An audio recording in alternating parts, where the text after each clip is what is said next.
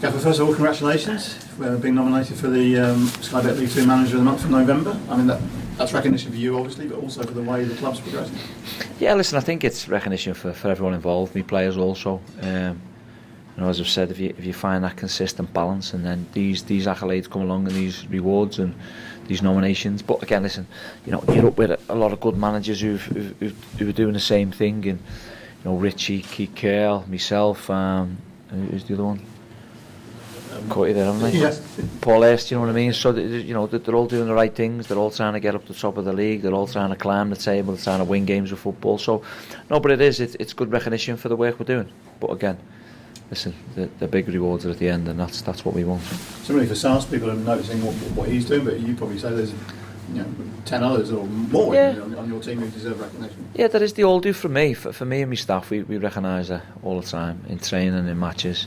It's good for SARS to boost the confidence for him that you're getting nominated along with other players who are performing as well. And it's always nice. Any nominations and any awards you get, personal accolades along the way is a good achievement. Talked last week at Cambridge and touched on it briefly about the search for consistency. You obviously identified consistency is going to be probably the key to your season, do you think? Yeah, well, it is in any levels in it, but again, that's the levels we're at. I'm managing in League 2 and my players are playing in League 2, no disrespect to the league, but they're the levels, and you keep going up a notch, and then you get to League 1, the Championship, then if you're not consistent, you'll falter and you'll fall by the wayside. But for us, we know where we're at, we know there's work to improve on, and people say when you lose a game of football, you don't really lose a game of football, you just learn. So if we were excellent right the way throughout the season, we'd have nothing to work on, would we?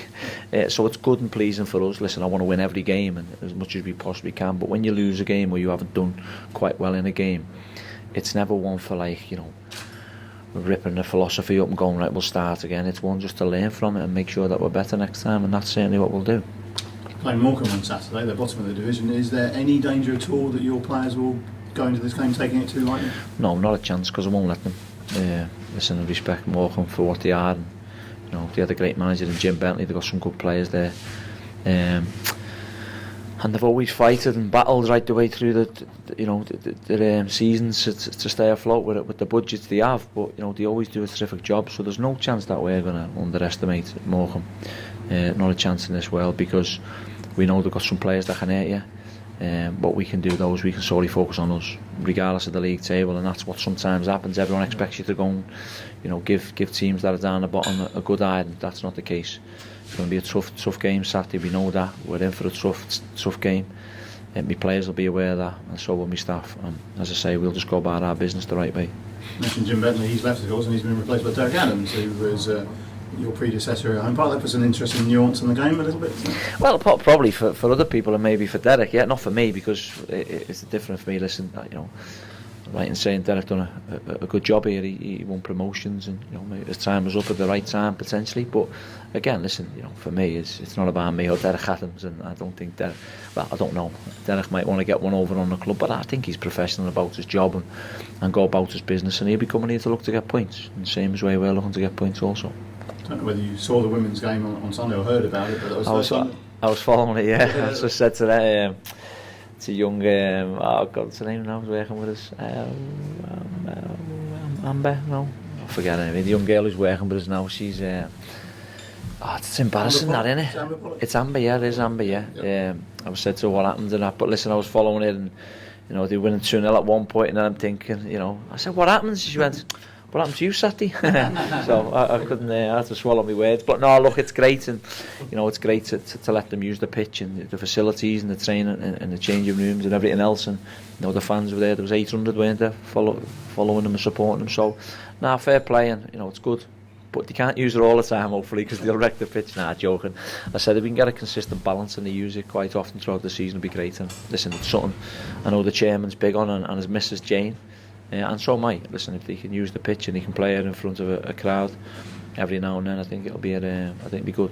So playing in front of the crowd, it was the first time that the new Mayfair Bandstand was open to spectators, and you're going to experience that for the first time on Saturday. 50% full. That's going to be interesting. Is that what it is? 50%? 50% full. So is that the bottom and the top? Yeah, split between the two. Yeah. Oh, is it? Yeah. Listen, it'll be good. Yeah, looking forward to it. Obviously, walking out. I was thinking, where do the lads do their handshake now? That's a good point. That's a very good point. Did he go over to the other stand, or did he come to the new stand? Or traditionally, it has been in front of the main. Okay, so what's going to happen now then? I'll leave that down to you to sort out. But no, listen, I'm excited, but listen, more excited about the game.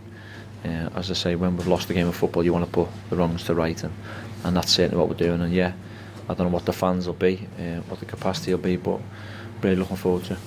Just finally for me, Dave Galley has joined officially as the physio now. Can you just tell us a bit about Dave, what it means for the club? Well, first and foremost, I haven't really had the chance to thank Paul Atkinson. You know, he'd been here for a long time and served the club fantastic, and you know, he was great for us, and great personality, great bloke.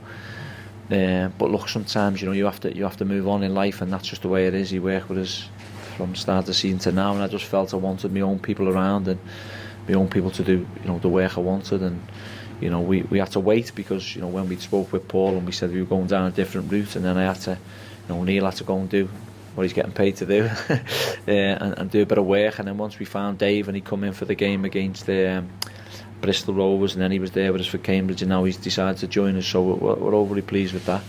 He's a big character, and he's a top physio. He's proven his record where he's been, and for me he's won the Champions League final. I was there, so I'm more than happy. But now look, he comes with great pedigree, great experience, and once we knew he was available, we had to make sure that we got him, because look, we lost a good physio in Paul, and when you lose a good physio, you've got to get an even better physio, and it feels we've gone from a good physio to another good physio, because that's what you need.